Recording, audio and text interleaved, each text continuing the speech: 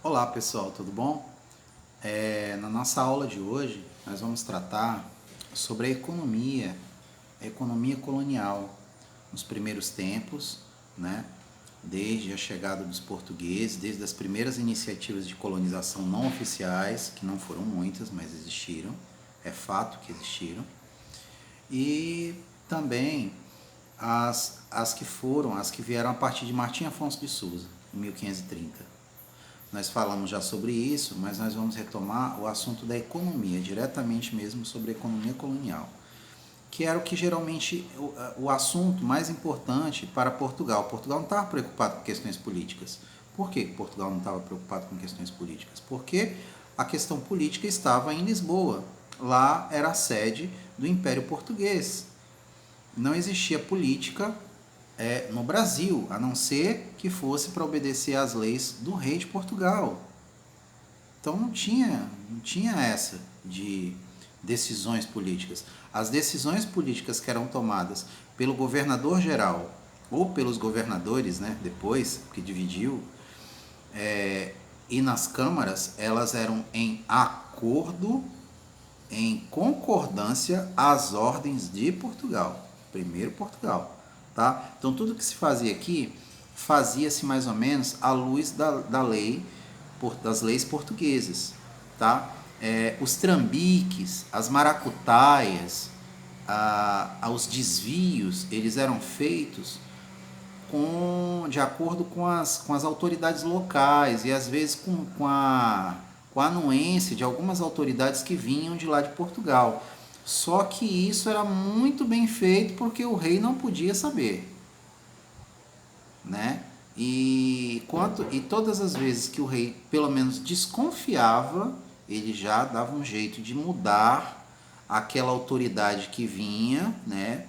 Aquela pessoa que vinha. Por isso que criou-se, a partir de então, o Conselho Ultramarino, que era uma espécie de conselho de nobres portugueses, de pessoas ligadas à colonização, às colônias.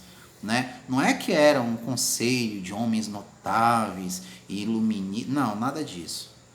Eram homens que estavam em acordo com os interesses de Portugal. É por isso que a colonização portuguesa foi tão eficiente. Havia desvios, mas Portugal sempre dava um jeito de contornar e manter sempre o seu anel principal nos dedos, né? Portugal passou por situações em perder colônias e manteve a sua principal, pelo menos, que era o Brasil. E não era por acaso, era por causa das riquezas, né?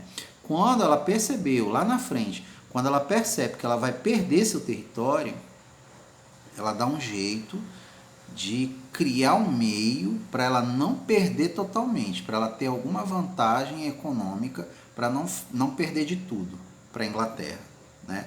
O processo de independência do Brasil foi coordenado pela Inglaterra. Havia sim a burguesia. Eu não estou menosprezando, por exemplo, a burguesia brasileira ou esse entusiasmo que havia pela independência. Mas a gente sabe que se fosse depender somente da classe burguesa brasileira, nunca ia acontecer independência. A independência era algo dado e eles sabiam que ia acontecer porque tinha acontecido em toda a América, em vários lugares. 1822 não foi a data mais recente para a independência. Olha que a independência dos Estados Unidos aconteceu em 1776, antes da Revolução Francesa, muito antes, né? Então, vários outros países, pequenos territórios, passaram por processos de independência antes. E uma das pessoas responsáveis por isso foi justamente Napoleão. Napoleão invadiu a Espanha, então as colônias ficaram, então elas declararam independência, tinham toda uma situação. O Napoleão tinha esse interesse, por quê? Porque era um país de características industriais que vinha se desenvolvendo, ia precisar dessa matéria-prima mais diretamente se eles conseguissem quebrar esse monopólio dessas metrópoles, né? No caso ali a Espanha e a Inglaterra. Ele sabia que o Brasil dependia da Inglaterra, ele sabia. Então, neutralizar Portugal e Espanha seria o passo mais importante. Não é à toa que ele cria lá na frente aquela situação, por exemplo, do bloqueio continental. Mas vamos voltar lá para o início da coisa, que a gente está descambando muito para o século XIX, e a gente precisa ver sobre a economia colonial nos primeiros tempos. Vamos lá? Pega o texto de vocês aí na página 5, tá bom? A apostilinha que está aí dentro da plataforma que vocês imprimiram, né? Que é sempre bom imprimir para você ter o texto à mão, para a gente poder grifar, poder anotar, né? Então vamos lá. O ciclo do açúcar. A cana-de-açúcar foi a atividade econômica que promoveu a colonização do Brasil. Verdade. Começa com a chegada de Martim Afonso de Souza e as primeiras mudas de cana-de-açúcar em 1530. E uma quantidade de pessoas para colonizar o Brasil. Vieram oficialmente, pessoas vieram. O principal centro de produção de açúcar foi a capitania do Pernambuco. Dentre os motivos que explicam o seu sucesso, podemos mencionar a riqueza do solo, massapé, o clima, a proximidade da Europa e a presença do capital holandês. Olha só que interessante, né? Os holandeses tinham interesse na cana-de-açúcar, primeiro porque eles eram comerciantes. Eles eram donos da chamada Companhia das Índias Orientais. A famosa Companhia das Índias Orientais pertenceu aos holandeses. E os banqueiros holandeses, chamados de flamencos, né? Flamencos, eles eram os financiadores desse processo. Boa parte deles eram judeus, tá? Convertidos ao cristianismo ou que simplesmente fugiram da Europa, das guerras religiosas, para se abrigarem na Holanda, que era um país de liberdades, né? De liberdade religiosa. Muito bem. O açúcar foi a principal atividade econômica do Brasil do século XVI até o século XVII. Durou 2 séculos, 200 anos, né? Aproximadamente 200 anos. O açúcar foi a primeira grande riqueza produzida em terras brasileiras. Verdade. Produzida, não extraída. Tá? Tem que ter um cuidado com isso, hein? Isso costuma ter muito em concurso público, esse tipo de coisa. A primeira riqueza do Brasil. A primeira riqueza do Brasil foi o pau-brasil. Mas produzida foi a cana-de-açúcar. Tá? Durante meados do século XVI e XVII, tornou-se a principal fonte de riqueza da colônia. Verdade. O sistema que implementou a produção em massa da cana-de-açúcar ficou conhecido como plantation. Por quê? E ele ajudou muito na colonização. Por quê? Você precisava de uma quantidade grande de pessoas para trabalhar no plantio e na colheita da cana-de-açúcar nos primeiros anos. E aí eles tentaram utilizar a mão de obra do indígena, mas não dava certo. O índio morria de chicotada, mas não trabalhava de jeito nenhum. Um sol quente daquele, trabalhando no meio do negócio que te corta. Que aquelas folhas da cana são extremamente afiadas, né? Cortam como navalha. E índio vive pelado. Basicamente, o índio brasileiro vivia pelado. Então, vestir roupa, ter que falar o idioma e ter que trabalhar todo dia, das 8 da manhã até as 6 da tarde, não era brincadeira, não. Então, eles não queriam isso. Eles, quando tinham oportunidade, ganhavam a mata. E não tinha quem conseguisse pegar ele. Porque é o habitat dele, né? Floresta, mato, enfim, não tinha quem pegasse. Aí eles tiveram que importar trabalhadores. De onde? Da África. Né? E vai começar uma mudança nas características. Por isso que eu falei para vocês do povo brasileiro, do professor Darcy Ribeiro. Ele vai falando que a gente vai se conjugando, vai se juntando para montar uma nova perspectiva, um novo povo, né? Que vai se juntar, que vai ser criado aqui nessa terra. Né? Vamos lá.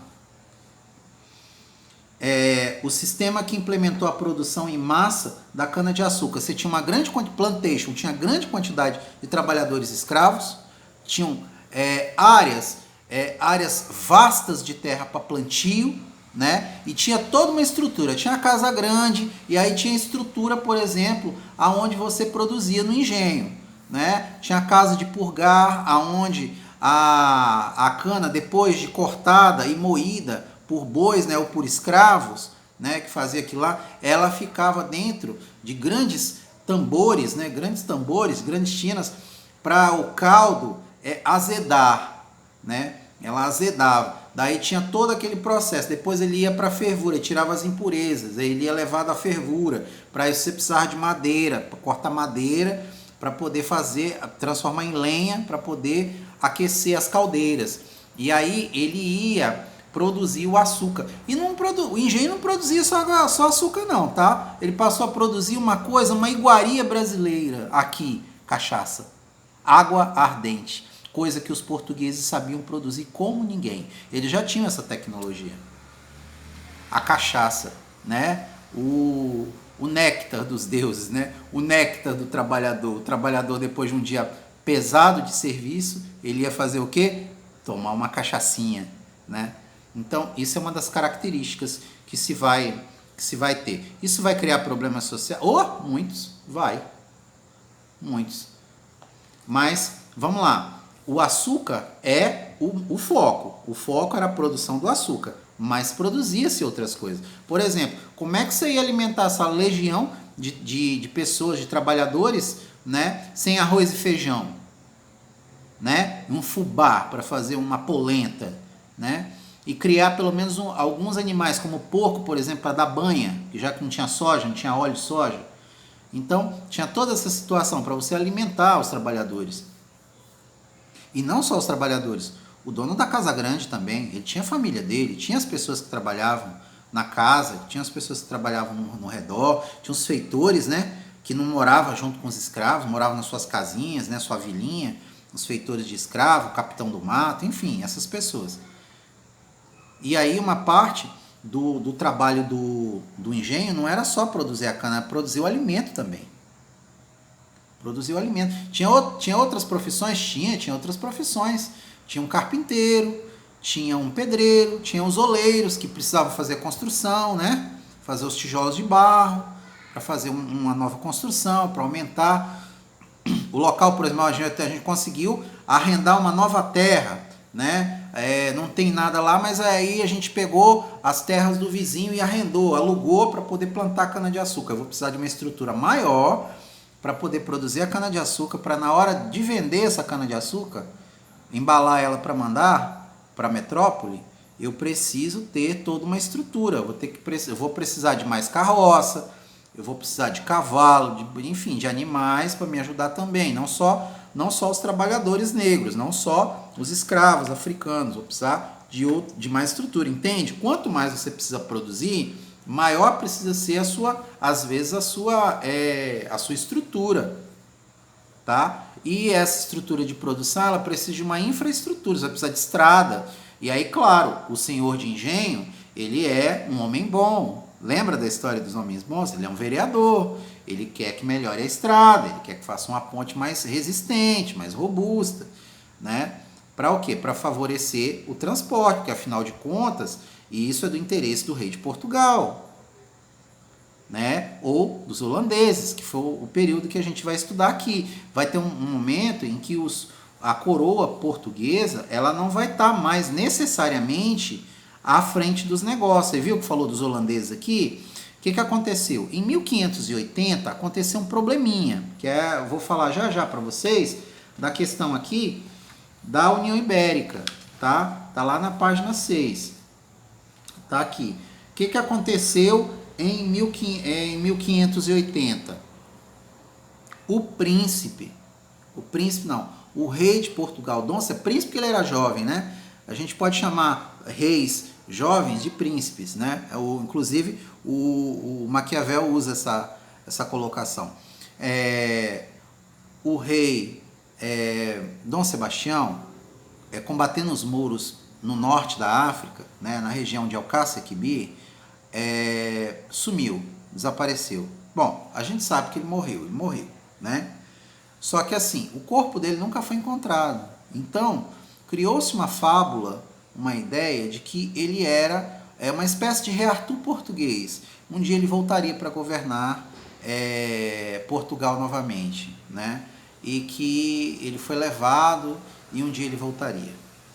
Muito bem, na realidade ele morreu, né? E aí não tinha ninguém na linha sucessória, porque ele era muito jovem, casou-se muito jovem com a rainha dele e não deu tempo de produzir um herdeiro.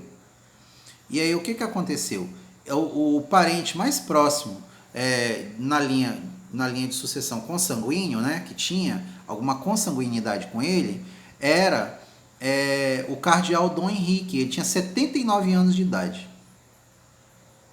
Então tá, o cardeal Dom Henrique saiu do seu claustro, né, que ele já era velhinho, né? Estava próximo do Papai do Céu chamar ele para a glória eterna, né? Mas ele aceitou com resiliência a obrigação dele de se tornar rei de Portugal nessa altura da idade, né? Mas aí ele foi. Mas professor, não é tão velho assim. Para os padrões da época, era. Ele era velho para os padrões da época, 79 anos. Então ele se tornou rei. Só que em 1583 o Senhor o chamou para a glória eterna, né? E aí a pessoa mais próxima da linha sucessória consanguínea, por parte de um parente dele, vai ser o rei Filipe II. O rei Filipe II, ele era rei da Espanha, então ele juntou as duas coroas, a Espanha e Portugal, e se tornou o rei dos dois. Só que ele não mudou a estrutura de poder de Portugal, nem 1 centímetro, nada. Deixou todo mundo nos seus postos de poder, os capitães do notário continuaram sendo os mesmos, tudo, manteve tudo igual. Só que ele era o rei, né? Então o que vai acontecer? Acontece a União Ibérica, e a Espanha tinha uma boa relação com a Holanda. Tinha boas relações com a Holanda. E aí o que aconteceu? Os holandeses se estabeleceram aqui no Brasil. Ficou tudo pacificado, como diz na letra do funk, né? Pacificou, né? E aí tem a administração dos holandeses em Pernambuco. Vai ter os holandeses em Pernambuco durante um tempo, eles vão emprestar dinheiro para os senhores de engenho portugueses, né? Os senhores de engenho portugueses vão fazendo o trabalho deles, começam a pagar os empréstimos, o príncipe Maurício de Nassau vem, faz uma bela estrutura na cidade do Recife, né? No Recife, tem a história até da vaca, né, voar por cima da ponte. Ele construiu uma ponte, que o pessoal disse, não, vai ter condição de fazer uma ponte nesse canal aí, mas é fácil uma vaca voar. Ele fez a ponte, fez uma vaca voar por cima da ponte, para provar para os portugueses que era possível. Houve esse projeto, esse processo todo dos holandeses aqui, houve um desenvolvimento na região do Recife, no Pernambuco.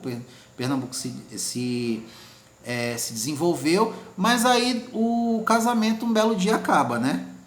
O que acontece? A expulsão dos holandeses, porque a União Ibérica acaba, Portugal tem um novo rei e ele quer as terras dele de volta, né? E assim, o que aconteceu? Os portugueses deram calote nos holandeses. Chegou um momento em que eles começaram a não pagar as dívidas. Vocês sabem que banqueiro cobra juro, né?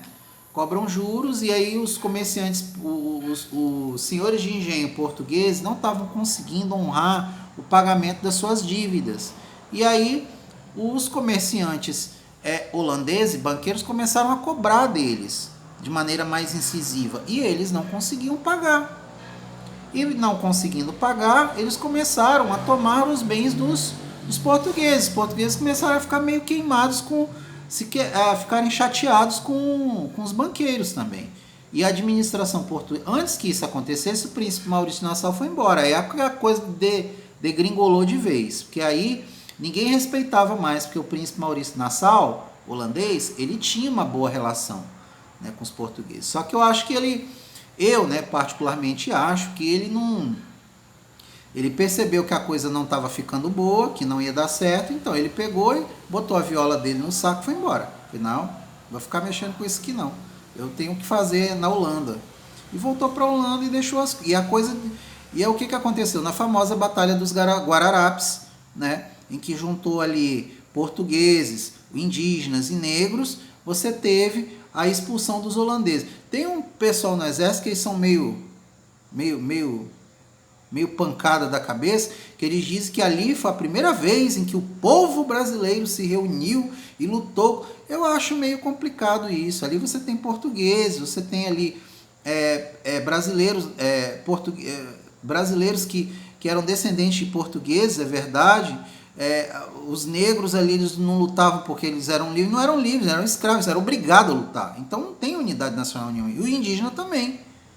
Então eu não vejo isso de unidade nacional, nem exército brasileiro. Eu acho meio piração isso.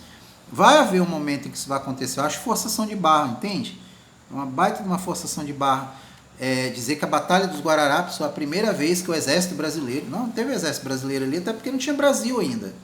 Não tinha Brasil independente. Tinha uma colônia, nós éramos colônia. E se brincar, a gente vai continuar sendo e vai virar. Se a gente não tomar noção das coisas.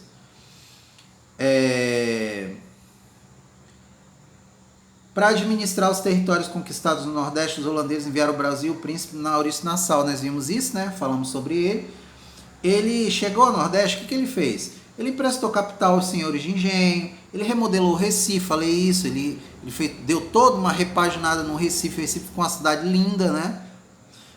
Concedeu liberdade religiosa, então os judeus podiam professar a fé deles. Inclusive, foi o primeiro lugar em que teve uma sinagoga na América, na cidade do Recife, tá? Isso é um fato importante. Isso eu já vi se cair em concurso público. O primeiro lugar a ter uma sinagoga aqui na América, em toda a América, foi no Recife, na época de Maurício de Nassau. Inclusive, quando os holandeses vão embora, o que vai acontecer? Os judeus que moravam aqui, que eram chamados de cristãos novos, foram embora e foram para uma cidadezinha bem pequenininha, que fica mais ao norte da América, que hoje em dia chama-se Nova York. Eles fundaram a cidade de Nova York. Olha o que a gente perdeu, né? Bom, foi bom para eles, não sei se é para ser para a gente, né? A história tem uma palavrinha que ela é terrível, chama si, né? Então, incentivou os cientistas holandeses para pesquisar a fauna e a flora. Verdade, tem grandes estudos do Von Martius, né, da equipe que veio com ele, de naturalistas, de médicos e de cientistas que fizeram registros fabulosos. Até hoje existem e a gente inclusive utiliza. E esses registros estão nos museus da Holanda, tá? Essa expansão territorial, vamos lá, a gente vai falar um pouquinho sobre a expansão territorial. Falamos aqui sobre, essa economia toda que passa pela mineração e passa pelo açúcar, ela vai ser fundamental. Eu disse isso na aula passada e estou reforçando aqui. Ela serviu para movimentar, para impulsionar, e impulsionou e enriqueceu os países que estavam no processo da Revolução Industrial. Eles deixaram a França e a Inglaterra extremamente ricos e poderosos. A riqueza extraídos aqui à custa de trabalho, suor e muito sangue, e eu não estou falando só do Brasil, estou falando de toda a América, foi engordar os bolsos de burgueses e dos reis da França e da Inglaterra. E fizeram com que a Revolução Industrial fosse um sucesso. Vou dar um exemplo para vocês. Nada era produzido aqui no Brasil, não podia produzir. Os portugueses praticamente não produziam um vestido sequer, uma calça, tudo era comprado da Inglaterra.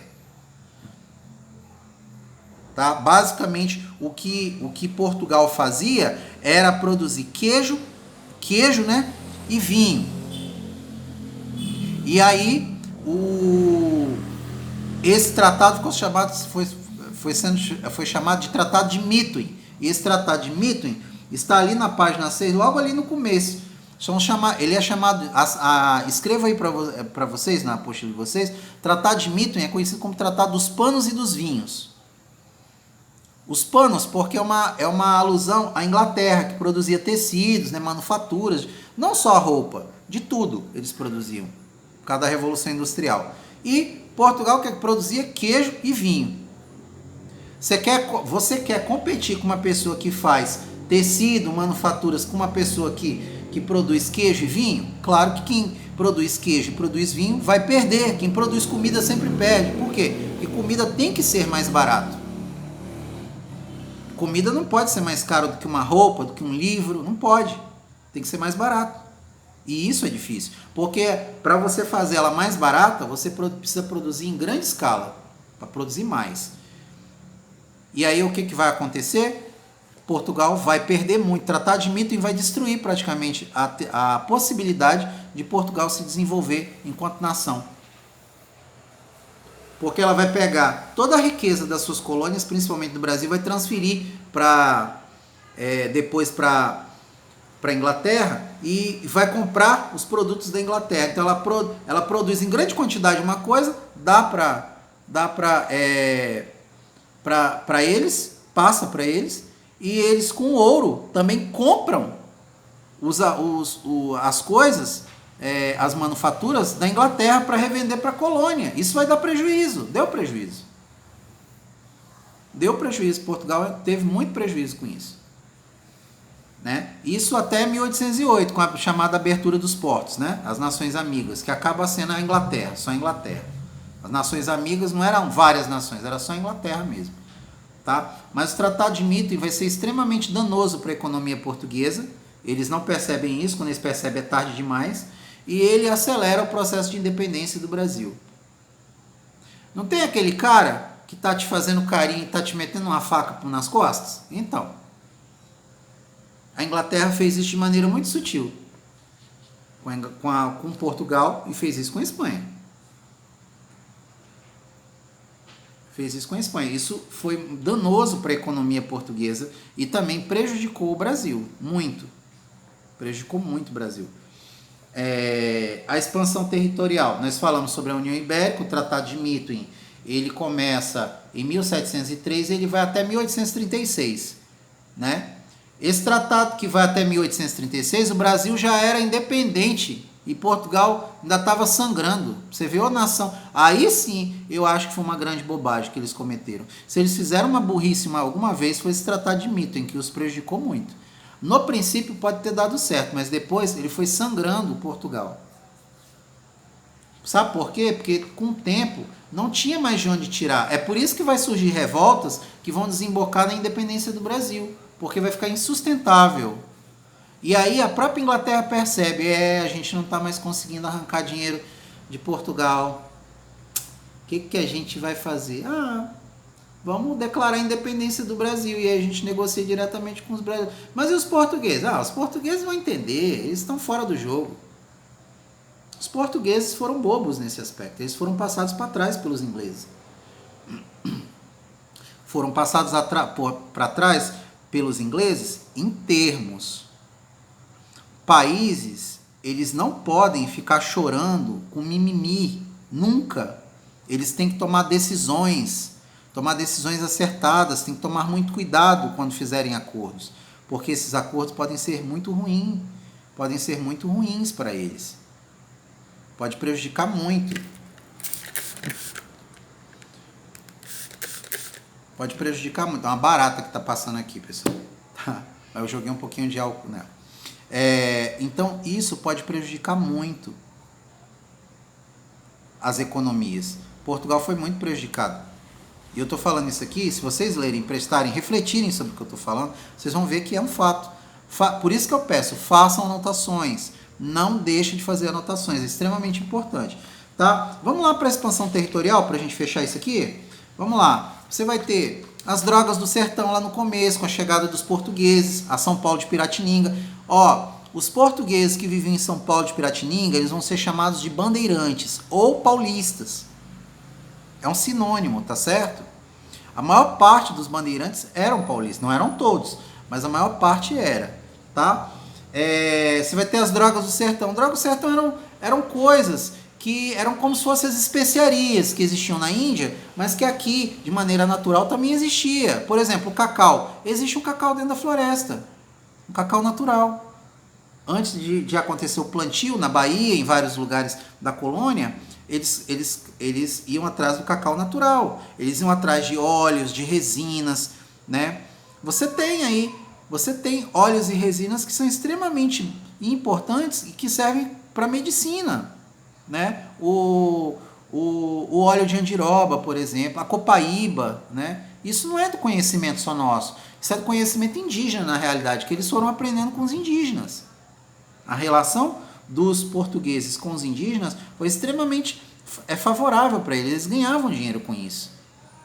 Porque tinham produtos que eram muito valorizados na Europa, e esses produtos valorizados na Europa vão chamar de drogas do sertão, né? A baunilha, por exemplo, é uma bagenzinha que existe na Ásia, né, em alguns lugares da África, que eles queriam muito achar por aqui, e eles acabaram depois, mais tarde, encontravam, principalmente na região próxima aos Andes, né? E vários outros produtos. E aí surgiu também a pecuária, que era necessário, porque assim, e aí descobriram a técnica de salgar a carne, de transformar a carne em charque. E aí eles poderiam viajar por mais tempo e ter alguma fonte de proteína. As viagens, elas não eram viagens curtas, eram viagens longas às vezes, né? Por exemplo, teve a viagem, por exemplo, do Raposo Tavares durou 3 anos. Ele saiu de São Paulo e veio aqui para o Pará. E ele passou pelo Rio Madeira. Ele cruzou as cachoeiras do Madeira em direção ao Amazonas. Pegou o Amazonas, chegou até a cidade, onde hoje é a cidade de Cametá, a alguns poucos quilômetros de Belém. Quase que ele chega em Belém. Tá certo? Vamos lá. As bandeiras, elas tinham essas características, as entradas e as bandeiras. Bandeiras, daí eles eram chamados de bandeirantes. Por quê? Eles também tiveram um papel fundamental na definição do território português, tá?